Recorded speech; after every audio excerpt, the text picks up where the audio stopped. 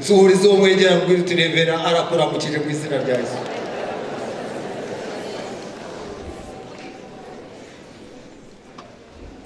Ndashima Imana kuri uyu munsi.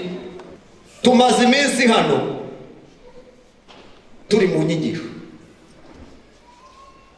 nyigisho nziza cyane. Kuba umwigisha byo bita ngo ni discipleship, niryo somo tumaze iminsi twiga. Abahereye kuwa kabiri batwigisha inyigisho zitwa gukura kumwigisha. Ndatekereza ndashidikana ko umuntu wabaye aha hari urwego ahagazeho uyu munsi wa none.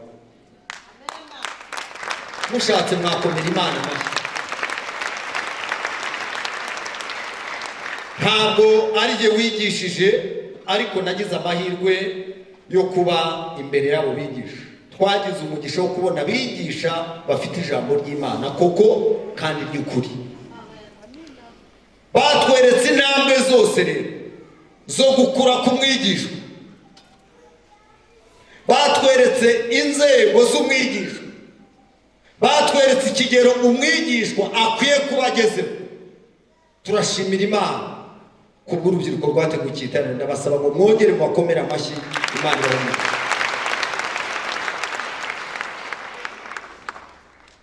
Ntabwo nza kujya kure yaho.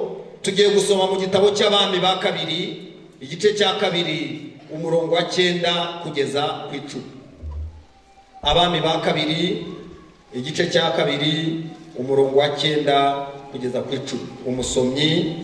Abami ba kabiri ibice bibiri umurongo wa 9 haravuze ngo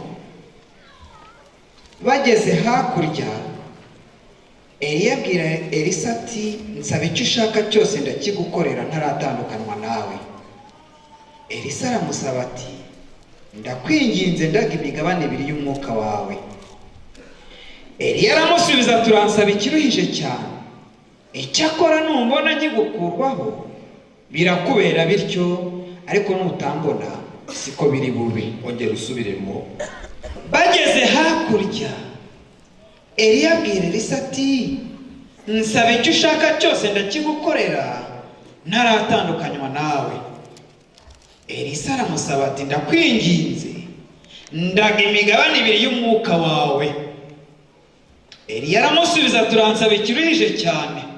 Icyakora numbona nkigukurwaho birakubera bityo, ariko nutambona siko biri bube. Uvuge kwa amen. Amen. Nasomye Bibiliya ndagerageza uko nshoboye kose. Musomera ijambo ryitwa gusaba icyo umuntu ashaka. Nsanga ririmo inshuro nyinshi mu isezerano rya kera riri. Nsanga umuntu umwe wasabye igihanga cya Yohana arakibona. Ariko n'uyu wenyine mbona nabonye wasabye ibintu ntakekaga ntatekereza. Tugiye kuganira ku ijambo rivuga ngo umwigishwa wahawe imigabane 2 y'umwuka. Wandikiye teme cyangwa wandikiye umutwe w'amagambo. Turaganira ijambo rivuga ngo umwigishwa wahawe imigabane 2 y'umwuka. Aya makuru avugwa muri iki gitabo murayazi. Avuga kuri Eliya ubwo nari muri Isirayeli, batunyujije umuhanda ukikira Isirayeli unyura hafi y'umupaka kuri Yorodani. Batwereka hakurya i Mowabu, ubu ni muri Yorodaniya, ni mu gihugu cya Yorodaniya. Uwadutwaraga aratubwira ati hariya hitwaga i Mowabu, hariya ni Tishu, niho Eliya yakomokaga. Aratubwira ati buriya yaramanukaga akambuka akagezi akaza hano hakuno i Betelehemu. Eliya yavuze ubutumwa. Eliya yakoze umurimo wo guhanura. Arawukora mu bihe biruhije. Arawukora mu bihe bibi cyane. Arawukora mu ngorane, ariko agaragaza ubutwari. Igihe kigeze Eliya yandikirwa urwandiko rwanditswe n'umudamu wa Ahabu witwaga Yezebeli. Ararwandika aravuga ngo kure Eliya nkwandikiye ibaruwa nkumenyesha ko ejo nk'aya masaha nawe nzaba namaze kukwica nkaguhwanya n'abahanuzi bacu wamaze kwica. Eliya ngo asome urwo rwandiko, Bibiliya niko itubwira, afata icyemezo cyo guhunga. Natekereje ntariko Eliya w'intwari, Eliya wamanuye umuriro, Eliya wakoze ibitangaza, ibaruwa gusa pe imutera guhunga.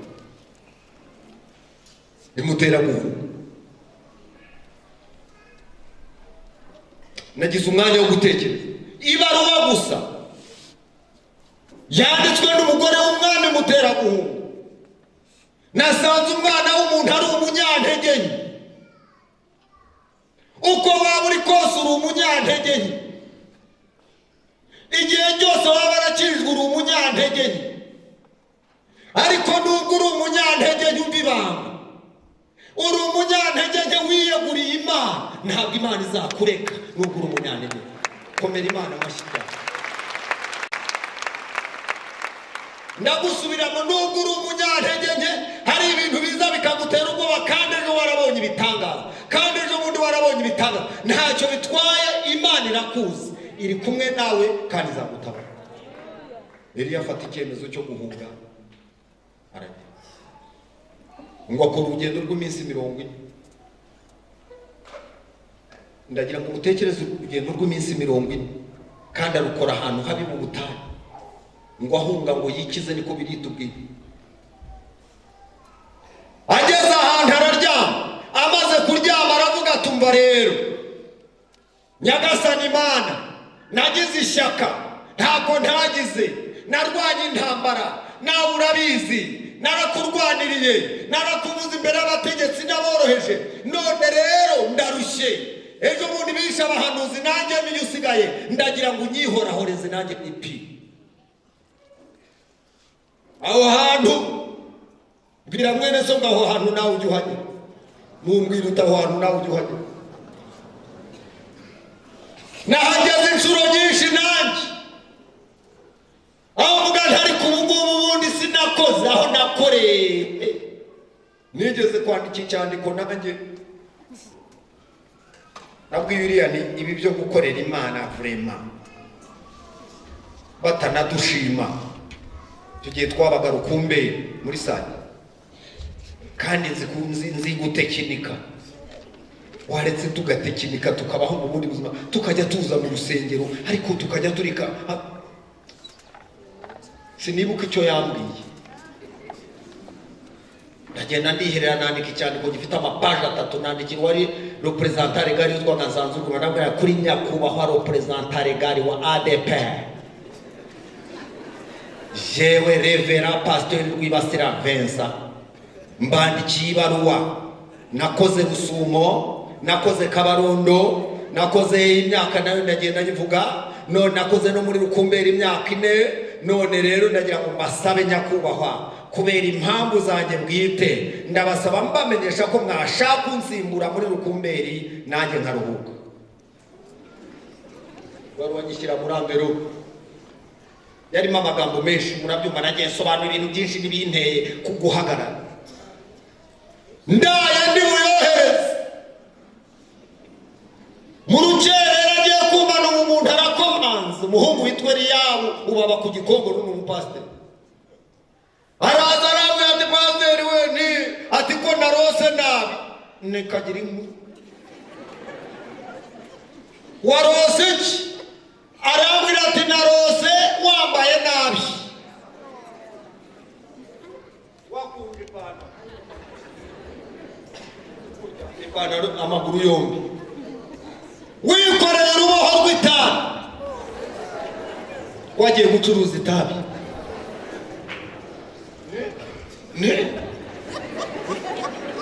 Ati rwose ati nakwiboneye, ati wikoreye uruboho rw'itabi, wakunje n'ipantaro nta n'inkweto wambaye, wagiye gucuruza itabi. Ati ndumva Imana irambwiye ngo umumbwirire ngo nashyira hasi Bibiliya. bwira mwene so ngo nubishyira hasi ibyo by'ubu mbabari mungu itu nubishyira hasi. Nureka kuririmba, nureka gukorera Imana, nureka koza mu rusengero, atansiyo, hari ikibazo gihagaze imbere yawe. Kandi ndahanuye rero, bwira mwene so uti pastor arahanuye rero, arambwira ngo umubwirire ngo nashyira Bibiliya hasi nk'uko yabitekereje, ejo n'ejo bundi azaba acuruza itabi ameze kuriya wamubonye. Hari irindi narengeje kugira ngo ahubwo nabati iminsi asenge mubwire kibaruwa ndabona mu izina rya Yesu. Sinagicagagura njya gusenga, niherere irambwira ngo ni jewe waguhamagara, ni jewe wagutoranya, ni jewe wagushyize ku murimo wawe, ntabwo araba imbere yawe nzakugirira neza nuwitondera ibyo nakubwiye. Kubw'ibyo rero komeza ibyo bakuvuga, ibyo bikuza bigusharambura byihorere, ibikomere nzabyomora. Mwamara Imana amashyi, umwere Imana icyubahiro. Eliya aragenda agera i Horebu, ngo aryama munsi y'igiti cy'umurotemu. Ageze munsi y'igiti cy'umurotemu, burya abahanga bavuga ko icyo giti cy'umurotemu ngo cyagiraga amakakama, yagwa ku muntu agahita apfa, ngo akiryama munsi ariyahura avuga ati cyampa bikangwa no kumunda. Ariko ngo akanguke nimwumve nawe, akangutse ngo yararyama arasinze, numva umuntu yari yararushye. Akangutse ngo agiye kubona amakara yaka hatazeho imitsima, ngo n'agacuma kama reka mubwire, nubwo uri umunyantege nke hari aho ugenda ugaparika ntunasenge, ugenda uruhunge, hari umuntu ukugenda uruhunge. Mubwire ngo hari umuntu ukugenda uruhunge, hari umuntu ukugenda iruhande utabona, utitegereza. Haleluya! wowe mu ntege nke zawe ntabyitayeho. Nshuti yanjye aramubwira ati byukurya sha, urugendo ruragukomera, byukarajya. Ngo arongera ariko ntiyanamenye igikozwe, arongera agira ate arisinzira. Igihe icyemezo cyanjye yagifata. Bwira mwese reka ibyo byemezo, shareka ibyo byemezo, byemezo byo kureka gusenga so urabireka ujye hehe? Cyane abaca ibyemezo kandi reka mbabwire nta nubwo ibigeragezo bihagarara. Icyo kivuyeho ngize ngo ndajya kubatiza barangambaniye. Bwira mwese ngo ntabwo biva mu nzira, bigeragezo ntibiva mu nzira. Munambwe ati bakugambane ko nugera ku ruzi, twabatiza ku ruzi rwa Sake, baragufata kandi barakwica. Hari muri 91. Ariko ni umubatizo mu izina rya Yesu, ntawe umbatije. Iwanjye harara umusaza yitwaga Yamoze, mama Zuzu aramuzi. Ndamubwira nti afite umubatizo ntariko nawe, arambwira ati ibaba atukari ku mubatizo niko bavuze ko banyica. Avuga ati ahubwo byabyiza bakwisha, ukandikwa mu bitabo by'abahowe Imana. Ayiwe ati byabyiza bakwisha ukandikwa mu bitabo by'abahowe Imana. Ntacyo ati amateka yawe azandikwa aho urasoma. Muzenga Yamoze nandikwe napfuye.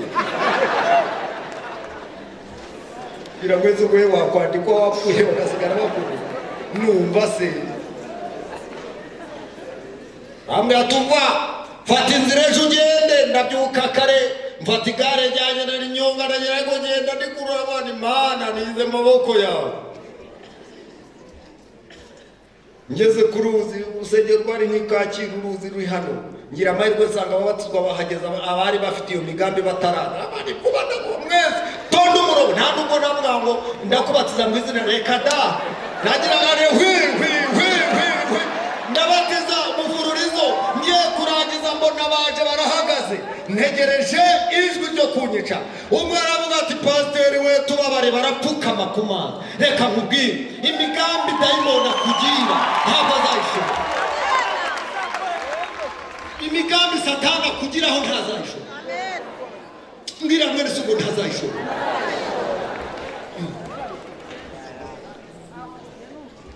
Cyokora kugeragezwa kuzaba bizakuza. Ibyo turimo nibirangire ejo hazaza ibindi.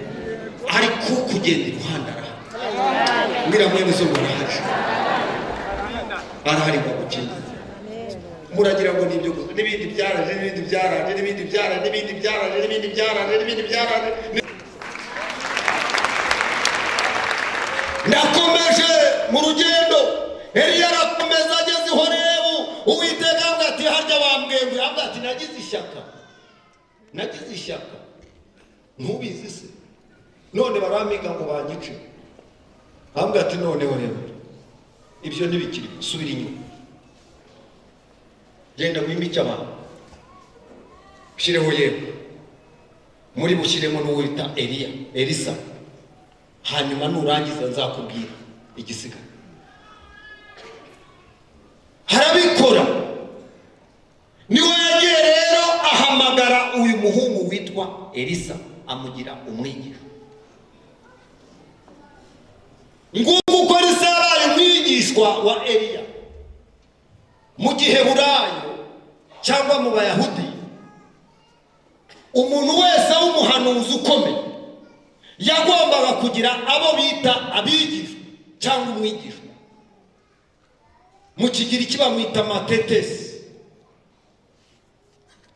Uwo muntu ntabwo yabaga ari umuntu wo kwiga nk'uko bigisha mu ishuri cyangwa umunyeshuri, ahubwo uko yiga. Icyambere yakurikiraga shebuja. Noneho akajya amumesera imyenda, akajya amuhanagurira inkweto, akanamwoza n'ibiribwa, akamutekera, akamugaburira, akamusasira, akaryama. Iyo yabaga agiye kurya rero matetesi yazanaga ibiryo akabishyira imbere ya master, akicara imbere ye nawe ku meza akamureba ku munwa uko abimonyora. Matetesi akamureba akarinda komba n'isahani, matetesi akayibika. Yamara kumusasira akamujyana akamwereka aho aryama. Yamara kuryama matetesi akicara imbere ye akamureba ukuntu agatotsi gatangira kumwiba, ukuntu agwendera. Matetesi akabira yabona amaze kuryama amworoshe nawe akagenda akajya kuryama. Yaba Yosuwa niko yabigenje, yaba uyu mugabo Elisa niko yabigenje. Reka nongere mbabwire n'abigishwa ba Yesu niko bize. Nabo baramwitegereza. Icyo umuntu rero agomba kwitegereza ni ukwitegereza shebuja uko ameze kugira ngo bizagende bite. Igihe nikigera akamusiga azamusiga. Muvuge ngo amen. Uwahamagarwaga rero agiye kuba umwigishwa yagombaga gukorerwa ibi bintu cyangwa yagomba gukora ibi bintu bine ngiye kubabwira. Icyambere yagombaga gusiga byose. Bwira mwene so ngo umwigishwa agomba gusiga byose. Mumbwira umwigishwa agomba gusiga byose. Icyakabiri yagombaga gukurikira shebuja akamujyana.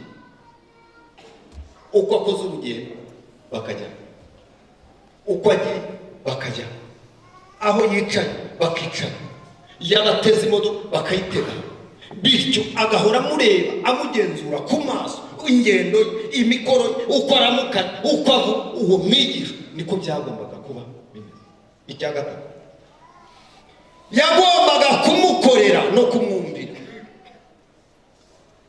Basore batubwiye ko muri itorero ari urubyiruko gusa, kandi koko biragaragara. Imbere yanyu hari umurimo munini cyane. Imbere yanyu hari ivugabutumwa ryagutse ku buryo bukomeye. Ariko kugira ngo muzashobore kubikora kandi kugira ngo muzagere mu kigero tugezemo, kandi kugira ngo muzakorere Imana mu bihe byanyu byose birabasaba imigabane ibiri y'umwuka. Imigabane ibiri y'umwuka ndayivuga. Kandi birabasaba gusiga byose. Kandi birabasaba gukurikira shobuja ntabwo ari Bishop Rugamba, shobuja ntabwo ari Reverend Rwibasira, shobuja ntabwo ari Reverend Mama Mushumba, oya, ahubwo shobuja ni Kristo Yesu. Mbwira mwene so ngo data buja ni Kristo Yesu.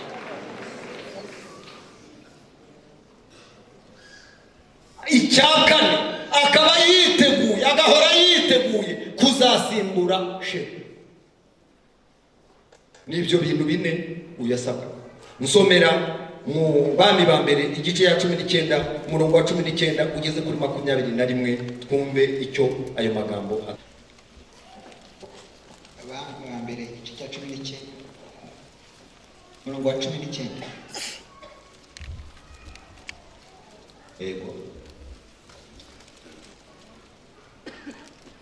Nuko avayo aragenda asanga Eliya mwene Shafati ahingisha inka zizirikanijwe ebyiri mu mirongo 12 ahagaze ku murongo uheruka. Eliya akebereza haramusanga. Akebereza hari ibyo akebereza aho aramusanga, amunagira umwitero we, maze Elisa asiga inka arirukanka akurikira Eliya aramubwira ati, ndakwinginze reka mbanza njye guhoberana na data na mama mbone kugukurikira. Nawe aramubwira ati, subirayo hari icyo gutwaye.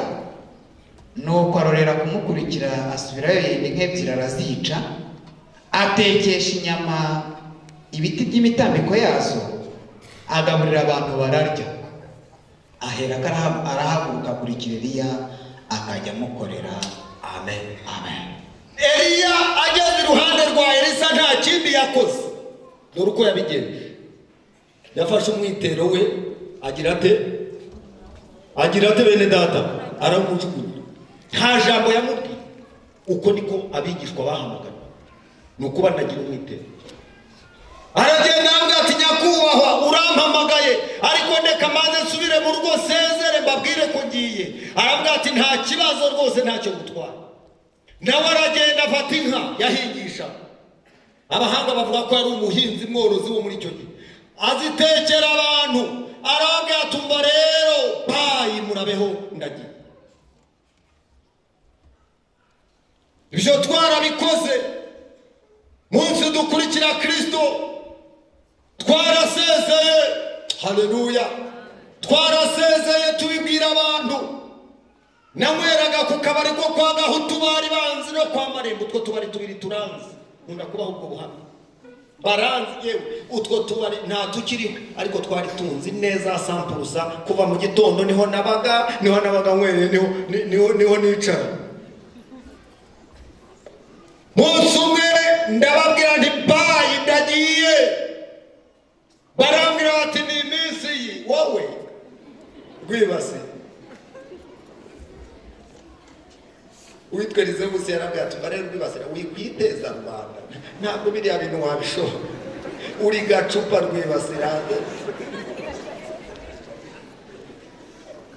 Arambwira nti nyamara ndabaga. Arambwira ati, aribyo twagiraga gutya ngo nubona umaze iminsi 3 utaragaruka ku kabari kunywa inzoga uzangaye. Namubwira ntari kijwi ndi kumva ryumpamagara rirakomeye, ijwi ndi kumva ryumpamagara rifite imbaraga, ntacyo bitwaye, tegereza n'ingaruka basi muzanjakirana ikinyabupfura. Ndagenda kwezi kurashira shandi ihangana, ariko nsepfura natamiraga ikiryo cyagera mu kanwa ngasepfura sese mikanya. Ubundi byabaga byari kujanisha ikingo cy'ibiryo netuba.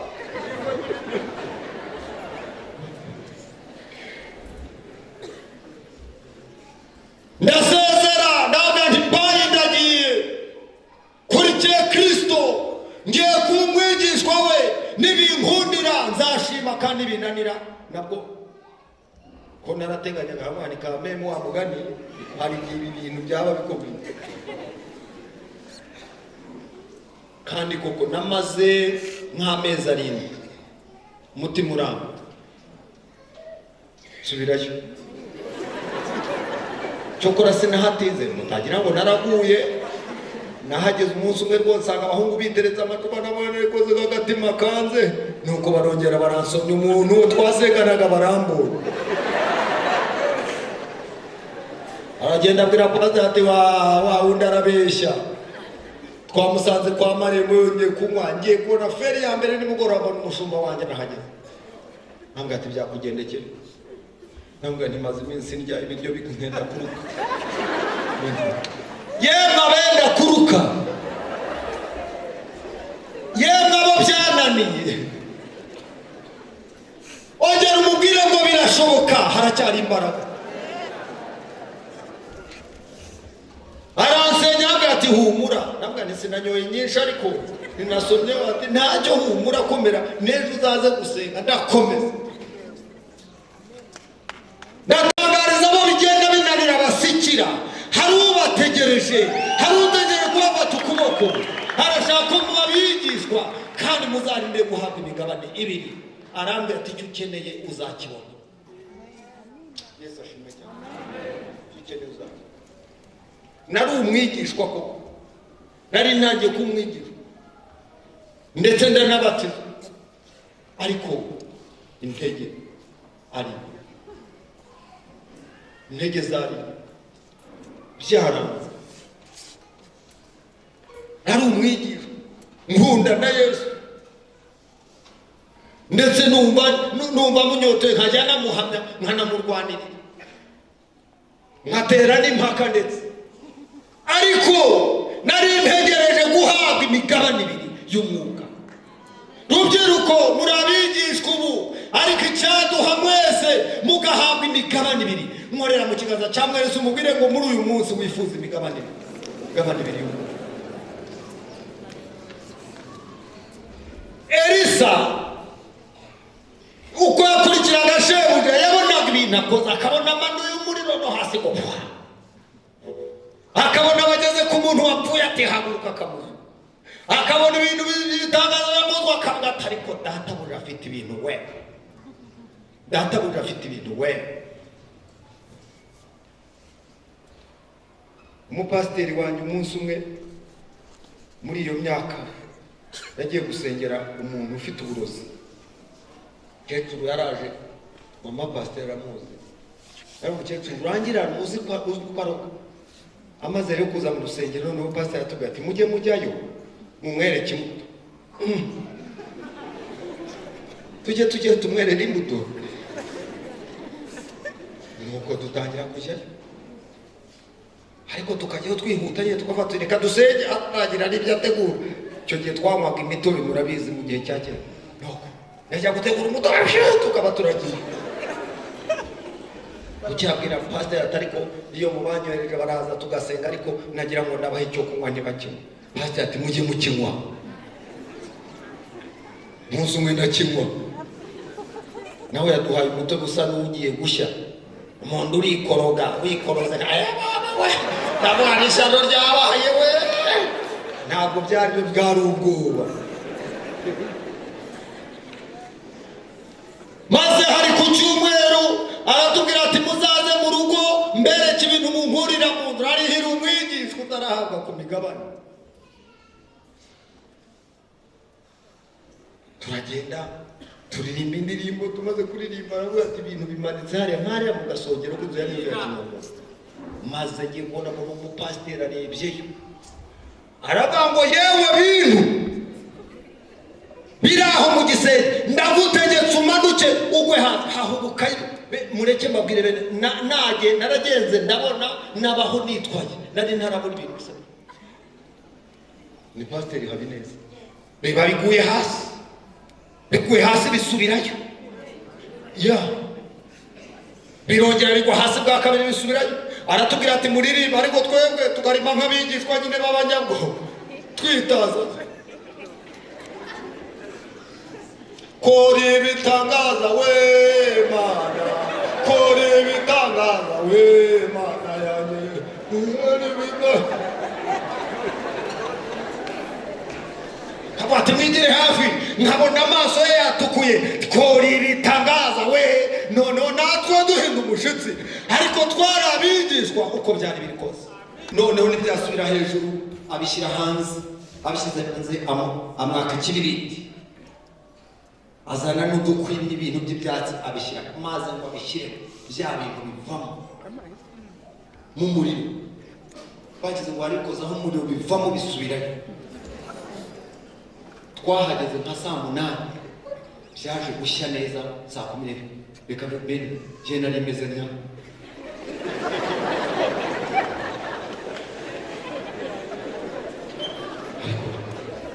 azajya kuvuga ariko Mana uzafasha nanjye nzagire bene ibi bibaraga. Amen. Haleluya, haleluya. Kabwa Imana nanjye uzafasha nzagire ziriya mbaraga. Turaje kubitwika turata, ngenda mu ginyuma ndamurete uyu mugabo ni umugabo wo mu isi yabyawe n'umugore nkanjye. Ibindi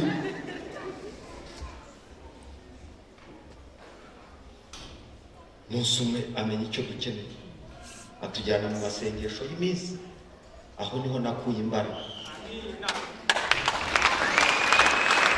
Naje kubona manifestation zayo ryari, nanjye ndagenda ngirwa inkwavu ugiye gutanga igaburo rye, mwongere mu nzira mpura n'umusazi bahambiriye, ndamwitegereza ngo toka.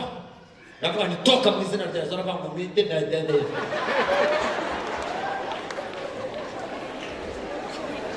mu izina rya Yesu, mwite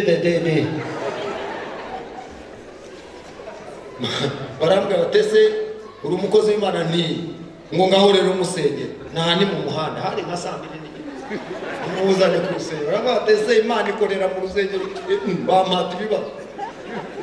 None ko ubundi koko Imana kudakora mu rusengero, mayindi yagira turuna nibuka wa mupasiteri. Imana ishimwe, babari uzamura Imana icyubahiro. Ndabyibuka ndahagarara yo mbwira umuhungu twari kumwe ari ubuvuga butumwa umperekeje, nabwani hagarara nanjye mpagara, ubwo bamuboshe baramudadi. Turasenga, natangira nazamura nawe arasenga, mbona wapi nta kibaye. Umutima urambutse, urakorwa n'isoni muri uyu muhanda. Biragenda ntabwo namenye uko bigenze. Reka mbabwire, iriya migabane ibiri irakomeye. Oh haleluya, haleluya. Iyo umuntu yayihawe aratinyuka. Ndazamura ndasenga, ndongera ndasenga, ngiye kubona umuntu baramurekuye no hazi ngo pi. Ndakomeza ndunama nambwa ni yewe ngo kaba ntiwitwa ambwira izina rye. Nivuga ngo Yesu. Aravuga ngo Yesu, shimwa ko nkijije, shimwa ko nkijije, shimwa ko nkijije. Yeye maze numva imbaraga ziraje, ndasenga noneho n'ubutware n'imbaraga n'amavuta menshi. Yewe wenda ngo ya Mana ya Eliya nanjye ndimo. Haleluya. Ya Mana, ya migabane yangezeho.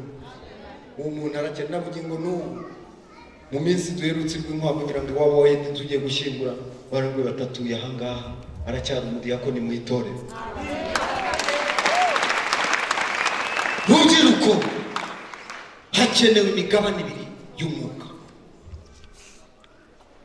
hakenewe imigabane ibiri, nicyo gisigaye.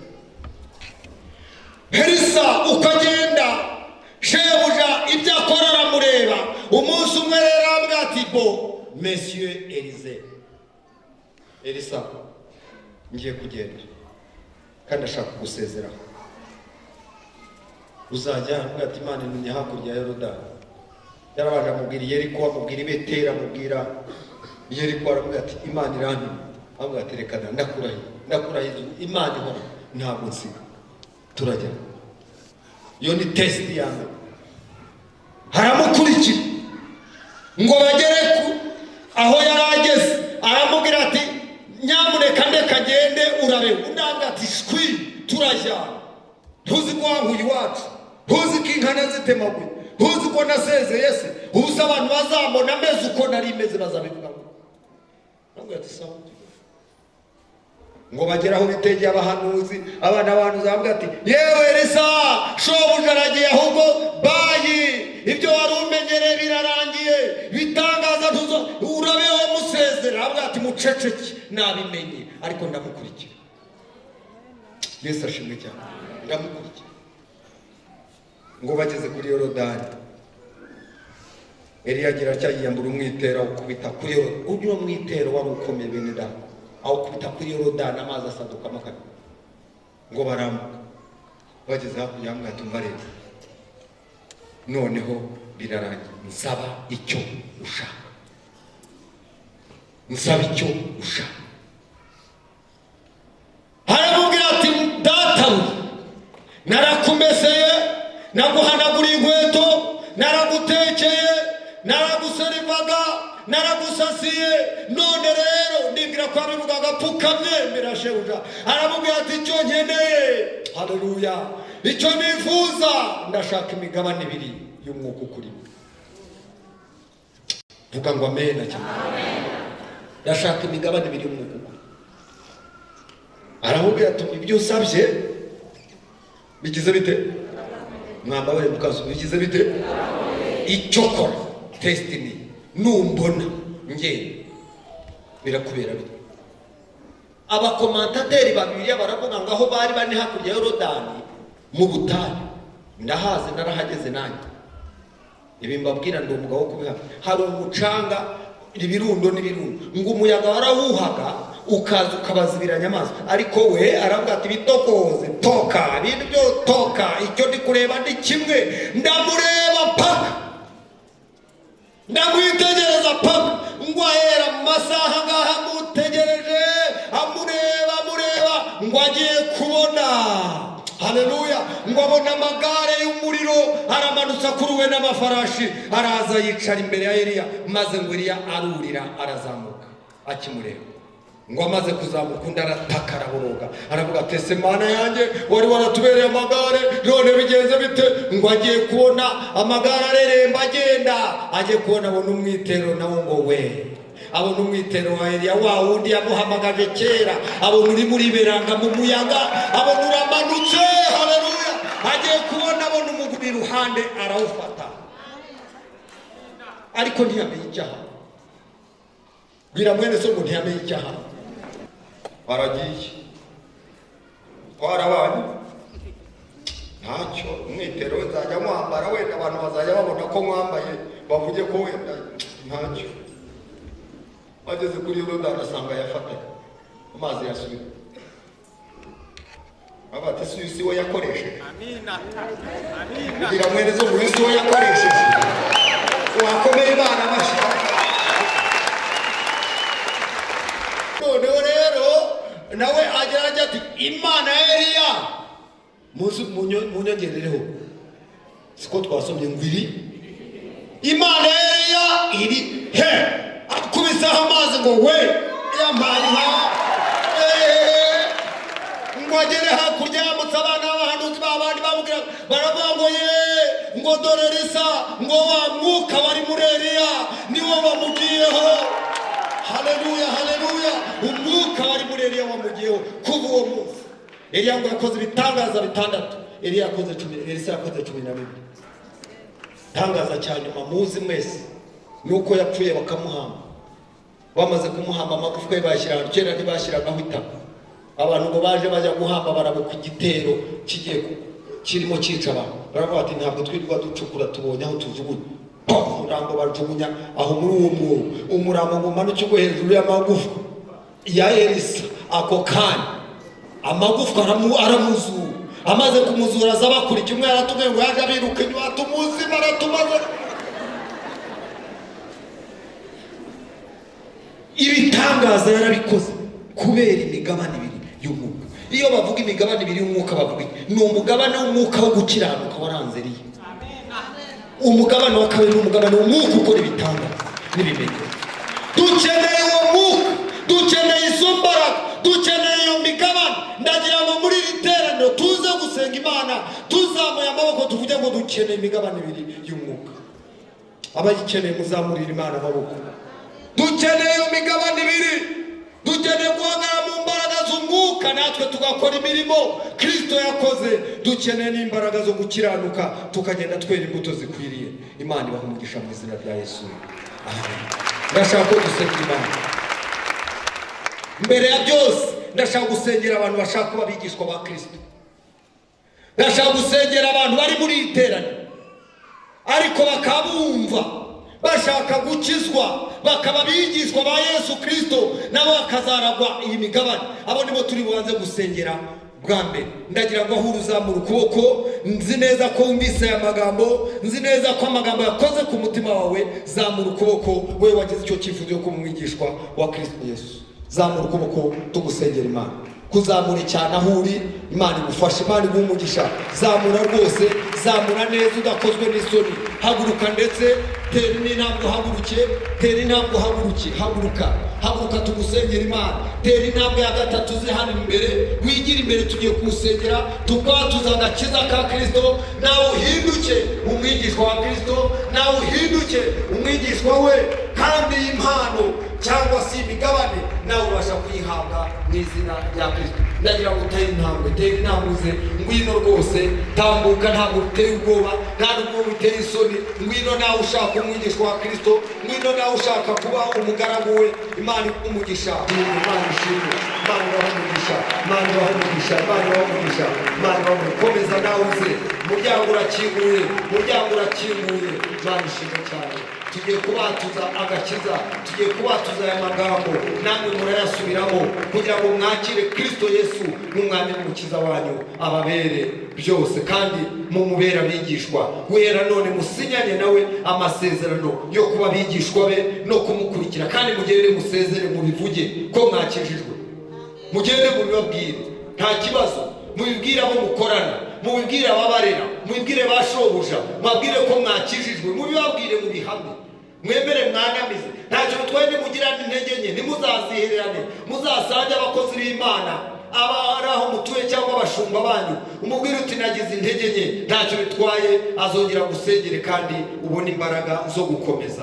Kandi niwahura n'ibikunanira byanze kukurekura, nanone witabaza abakozi b'Imana bagufashe, bagusengere, byose bizakuvaho. Ndagira ngo mwature aya magambo ngiye kuyavuga muyasubiremo, kandi muyavuge neza, mudategwa, mudafite n'isoni. Muvuge ngo Mwami Imana, duhagaze imbere yawe, twumvise aya magambo, dutsinzwe mu mitima, natwe turashaka kuba abigishwa bawe, tukagukurikira, tukagukorera. Ibyaha byose twakoze uyu munsi turabiretse, utubabarire, amazina yacu uyandike mu gitabo cy'ubugingo, kandi kuva uyu munsi tubane nawe, tugume mu nzu yawe, tuzagukorere kugeza igihe uzazira ukatujyana, mu izina rya Kristo Yesu, amen. Ndagira ngo tubasengere Imana. Reka mbasabe itorero ry'Imana, igihe tubyaye, igihe tugize amahirwe n'umugisha wo kubyara bene uku, tukabyara abana bangana batya, mureke tujye tuzamura Imana ikiganza, tuyihe icyubahiro. Ubu mu ijuru bari muri celebration ikomeye cyane, kuko birarava ngo uyu munyabyaha umwe yihanye, bavuze inkuru, nta nkaswe rero babarenga 20, barenga 30. Mureke dukomere Imana amashyi ku bwawe. Imana ishimwe. Urakoze Imana ishobora byose, urakoze Imana yo kwizerwa no kwiringirwa. Turagushimiye muri uyu mwanya mwiza, turagushimiye ko abanye natwe rwose, turagushimira ko ijambo ryawe, ijambo ryawe ryongeye kumanuka, ijambo ryawe ryongeye gukiza, ijambo ryawe ryongeye kubohora. Ngaba bene data rero ni iminyago yawe, urababonye, baje aho uri, baragusanze, bamaze kwatuza akanwa kabo, kandi ijambo ryawe riravuga ngo umuntu niyizera akatuza akanwa ke azakizwa. Reka bakizwe muri uyu mwanya. Turacagagura imigozi ya Satani, turirukana imbaraga zibariho, imbaraga z'ibyaha, imbaraga z'umwana, turazicashe mu izina rya Yesu.